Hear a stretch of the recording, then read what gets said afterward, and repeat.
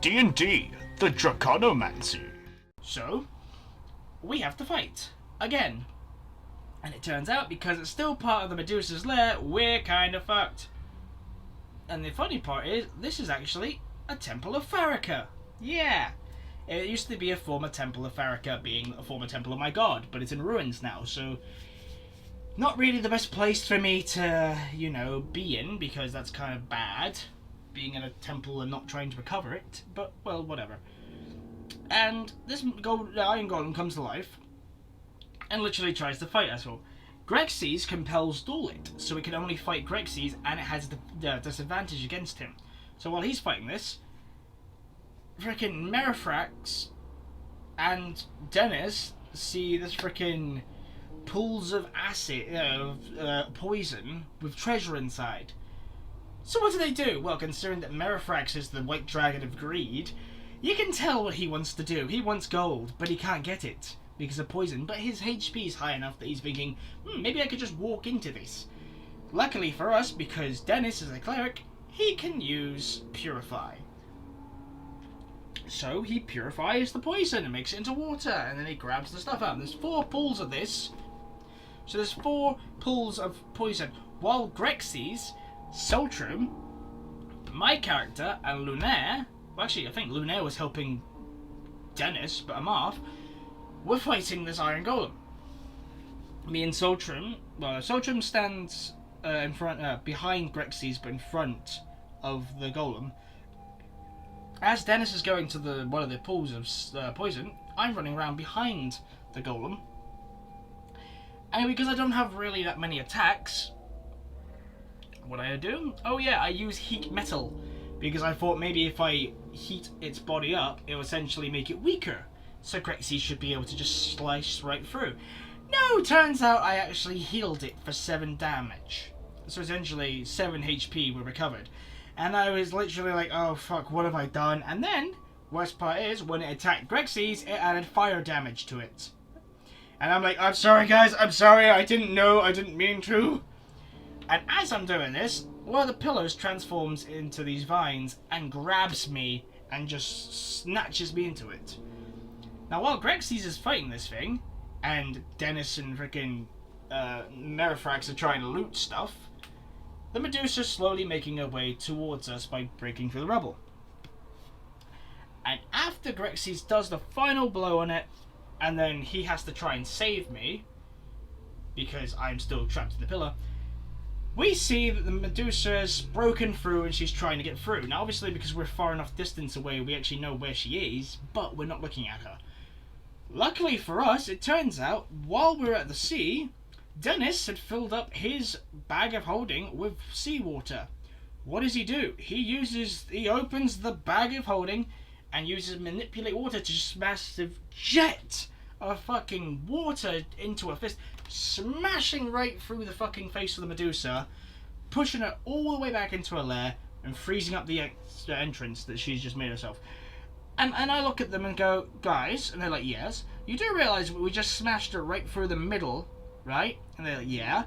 Well, anyone else remember where the throne is? And they're like, what do you mean? Is it the throne in the middle of her lair? We've just shot her straight forward, and we've probably just smashed all those statues that she's made into a throne.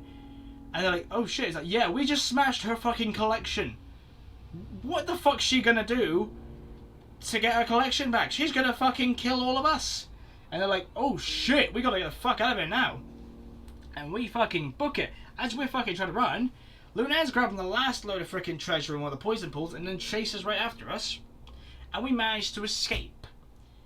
Just freaking barely, a lot of the times. And actually, yeah, while Grexes is trying to save me, he literally just smashes right into the vines and saves me that way. But it literally scares the shit out of me because he rolled a d20. If he rolled low, I would have been just chopped in half or lost a limb or something. So we get outside. And now, right, we find as soon as we leave that there's actually an ambush waiting for us. Yeah, a group of Scouran soldiers, some half-dragons, are waiting for us. So they haven't seen us yet. So what do? We slaughter the shit out of them. And then we leave one guy left alive and ask him, what the fuck are you guys doing here? And he tells us, they were here to ambush us. Yeah, and then they got ambushed instead. So at this point, we're deciding what should we do with this guy because he's still alive and we can't exactly just, you know, do this. And we're like, oh, we can't really kill a guy who's unarmed and stuff like that. And I'm like, hang on a second, he tried to kill us. At this moment, I get a message from my god telling me that she wants a sacrifice to rebuild the temple. The one that the Medusa has taken over. I'm like, okay, I can try and do that. I look at them and go, alright, hang on, I got an idea. You guys go ahead. I'll take care of this guy and I'll catch up with you afterwards, okay? Soltrum, being Soltrum, decides to go, I'm going to use detect intent on me.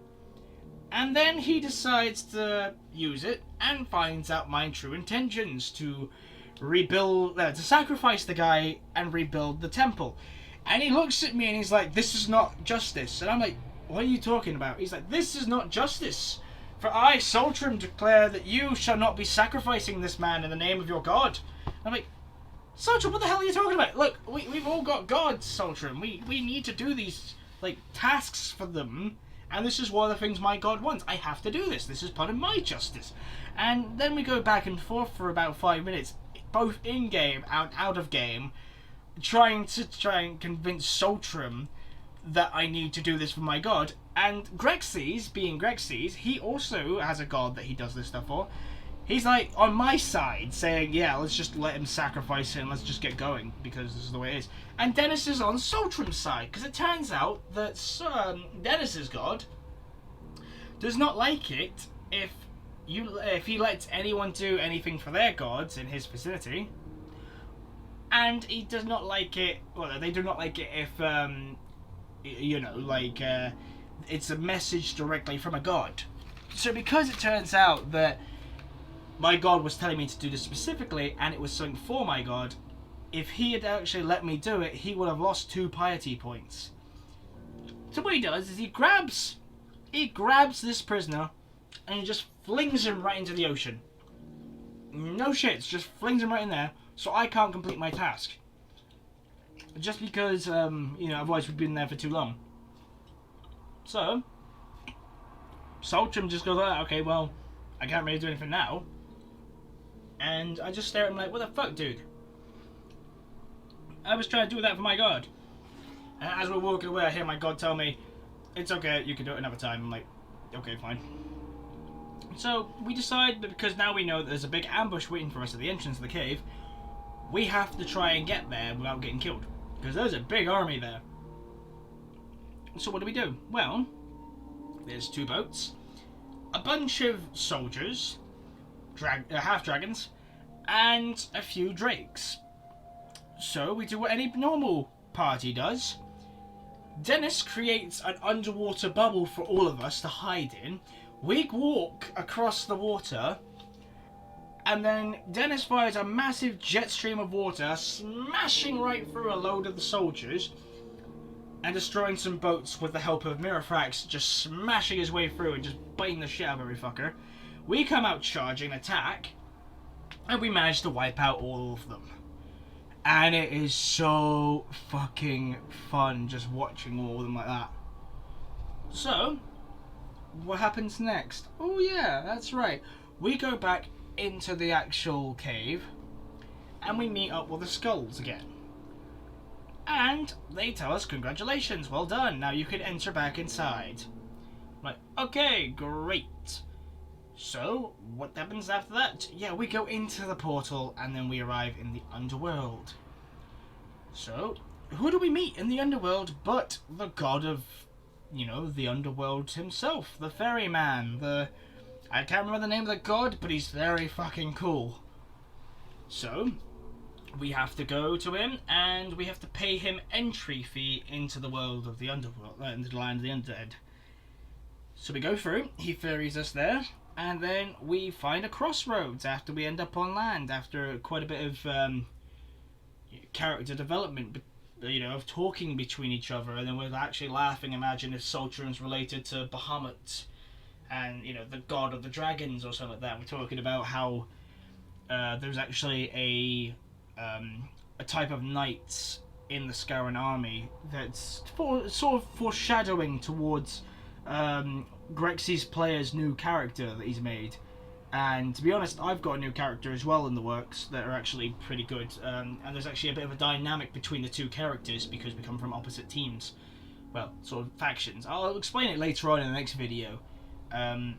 Yeah, pretty much. I'll explain it the next time we do D&D because I'm thinking about doing it every 2 weeks now. Because that way you got 2 sessions worth. And so what happens is, when we get to the actual land, we find a crossroads, and essentially we have to find which direction we want to go in. There's like 3 different directions. And as we're deciding which way we want to go, thinking about either splitting up into teams or going into one area location itself, they decide, here's a fun idea. They just, Grexy's and Dennis were like, okay, maybe we can throw each other. But then they thought to themselves, hang on a second, we gotta find a way to see if we can see this height. Soltrum just says, why don't you just throw my echo? And we're like, wait, what? It's like, oh yeah, that's right, you can see through your echo, can't you? And then if the echo takes damage, you don't die. He's like, yeah, exactly. And then we're like, well, I mean, Dennis thought he was going to throw Grexy's, but he didn't know how to catch him again. And so they did that. Grexy's grabs one part of the echo, and Dennis grabs the other. And they literally, because they both got 29 strength each, throw hit right into the fucking air. Soltrum sees the surroundings and sees the fortress nearby, and then it falls down and just disappears. Then he just resummons it. And then Dennis is like, holy shit, I didn't actually even fucking think of that. Like, Dennis's player himself was like, oh, that's clever. So as we're planning which direction we're going, suddenly the ground shakes, and there's this weird crack in the ground that's going towards us. Goes right past me. I'm like, oh shit, it's going for me, it's going for me. It goes around me. It goes like right underneath me and then goes past me. And I'm like, thank fuck. And it goes for Soltrum. And out comes a skeletal snake. Like, these things are massive. I think they're like skeletal najas or something. I can't remember the exact names for these things are. But then it attacks. And then we see how massive this fucker is. It is bigger than Merifrax himself. And Merifrax is quite a big dragon. So we have to work together to fight this fucker. And as we're fighting, Merifrax jumps up and just basically beats the shit out of this fucking thing. But then it bites his wing. So now his wing has been damaged. Like, it's got a massive chunk, so he can no longer fly. Which pisses him off. Because, you know, he's like, what kind of dragon can't fly? And I'm like, a drake? So he did not take too kindly to that joke.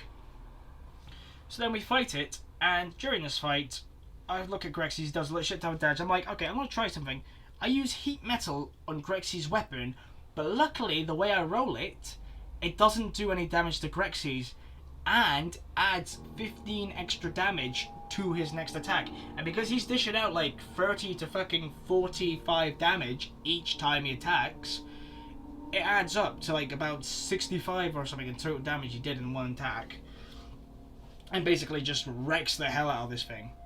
And then he collects a shit ton of ashes, and then we go to the path to the fortress. And we meet a big army of just massive fucking skeletons. And we're like, okay, looks like we're going to fight here. We're fucked. And then suddenly a lich comes out and says, ah, yes, the party of people. And then he mentions all of us by name. And, like, who we are. Like, for instance, Grexy Steadfast, the Great Warrior Leonin. And Soltrum, yada yada, the frickin' Dragonborn. And then obviously, you know, Dennis, the son of the god of the sea, that sort of thing, and then mentions me, like, Eld, the priest of Farrakha.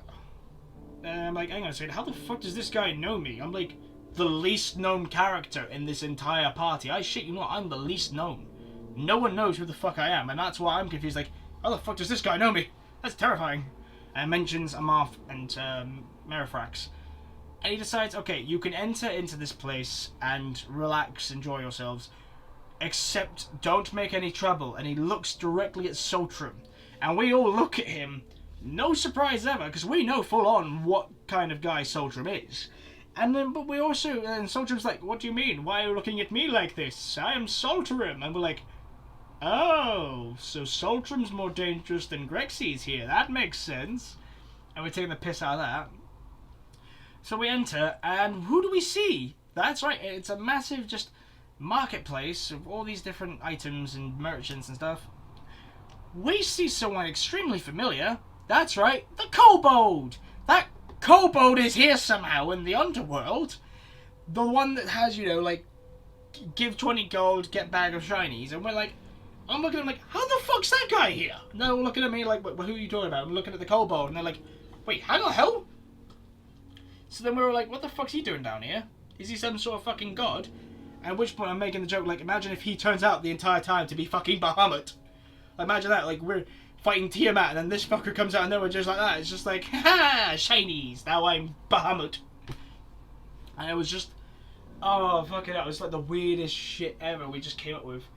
And then we're like, okay, we go buy stuff, and basically, like, we all get, like, some random items. Like, for me, I get, like, a fire staff, not very useful, or staff of fire, that's, I can't remember what Dennis and Soltrum get, but Grexy's, Grexy's gets a fucking dragon-slaying greatsword. So when he grabs it out, he literally looks to Miraflax and goes, do you know what this is? And then Miraflax jumps back and thinks, dude, why the fuck are you watching that? Watch where you're fucking putting that. And he's like, what's wrong? He's like, that fucking thing can slay dragons. And he's like, ooh, nice, this is perfect. And then we decide, okay, we're going to buy some stuff as well, because we need to restock in supplies. So Dennis goes to grab an item. He finds, I can't remember what it is, but it apparently enhances the ability of water manipulation. And it's very pricey, but he says to the merchant, saying, well, the water elemental that this is linked to isn't dead. And the thing's like, yeah, that's right, you have to kill it if you want to be able to use its full power. And he says, well, that's a bit of much, that's a lot of work to be able to just use this to its full potential. So I'm going to have to go through all that, so you're going to need to put the price down, because that's too much just for me to go through this trouble, kill this thing, get all this stuff done. And he's like, okay, fine, we'll put the price down. So then Dennis buys that. Soltrum finds a ring of regeneration that only works like a couple points every 10 minutes. And we think that'd probably be a good idea for Miraflax, as we've had to, well, Dennis has had to use a fishing line to sort of patch up his wing, and then while he's in human form, just waiting for it to recover. And so he manages to get that for a cheap price, because it turns, well, in fact, actually for free, because they actually try and do a whole persuasion check saying, are you sure this isn't a fake item and stuff like that? And literally the merchant is that scared of selling fake items here, he just throws it at Soltrum and just says, just take it, I don't want anything to do with it. So then I decide I want to get some armor, so I go to a merchant and he's selling some armor, and I find adamantite armor, which is very high, powerful, and he's selling it for 1,000. At this point, I think I only have like 400, but I actually had 1,600, I believe. No, 1,400. And I decided, okay, well, I'm going to try and get him down in price. I said, well, I mean, look at it. It looks pretty, it's pretty beaten up. There's some scratches on it, and it was even though it was in pristine condition, I managed to get him down by like 250 gold. I'm like, okay, yeah, that works. And I managed to get it, finding out that I had that much gold. So I got that, so that was great. And then essentially what we did was we decided to go to a tavern that had a person that a Marth knew that could help us in finding Pesanius.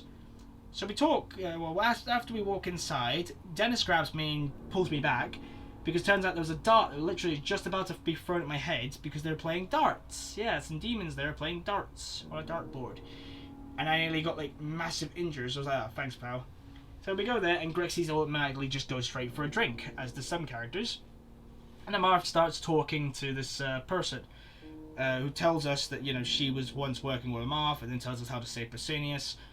And it turns out, we find out from her that a Marth used to act a lot like Soltrum. And we literally all look at Soltrum like, what the fuck? You used to act like him? And we're like, but you're so calm and collected. You're basically like, really, you know, a lot quieter than fucking Soltrum is. And Soltrum's like looking at me like, you used to be like me? But I am Soltrum. I'm the only one of me.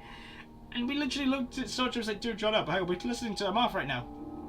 And they're saying like, Marth and his allies like, yeah, I used to act a lot like him until I kind of got indoctrinated into this army. And we're just like, Soltrum, one day you'll become normal and we won't have to listen to you saying that crap again. And then it came to the point where, like, hang on a second, wait, is a Marth Soltrum's family member? And it's literally to the point where, like, hang on a second, wait, we gotta test this out. So literally the entire party is just examining a Marth and Soltrum, and we noticed that even though there's not very much detail, there seems to be one like birthmark across their like below their right eye. Both of them have, and we go, holy shit, you guys might actually be related. And Marv completely denying it, like saying, no, that's no way possible. Even though the ages seem to add up, either he's his dad or his granddad or some cousin or an uncle or something like that. But then Saltram looks at him and goes, Daddy? Because it turns out Saltram doesn't know his parents.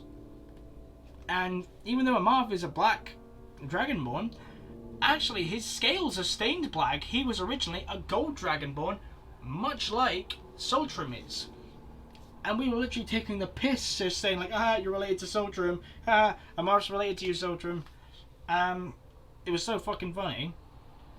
But then, like, after that, we kind of got over the whole commotion of that, and then we've had to go outside and seen, like, we have to split up into two teams. One team has to go save Pesanius, and the other one has to go to the actual Lord of Hell and just say, like, can we leave after we finish our mission, that sort of thing. And we get onto, like, these futuristic freaking motorbikes. Like, 3 of us get onto the motorbikes, and 1 of us get on, the rest of us go onto this big, massive tank thing. We're like, ooh, fucking cool. And like Saltram sees this demon with like a really cool demonic rifle. He's like, I want it, and like the demon's like, oh look, it's pretty cool, isn't it? He's like, yes, I want it, and then the demon's like telling Saltram to back off, and it's just so funny because like the demons even get annoyed by Saltram. But anyway, that's what happened, and hopefully you guys have enjoyed that, and I will talk more about it.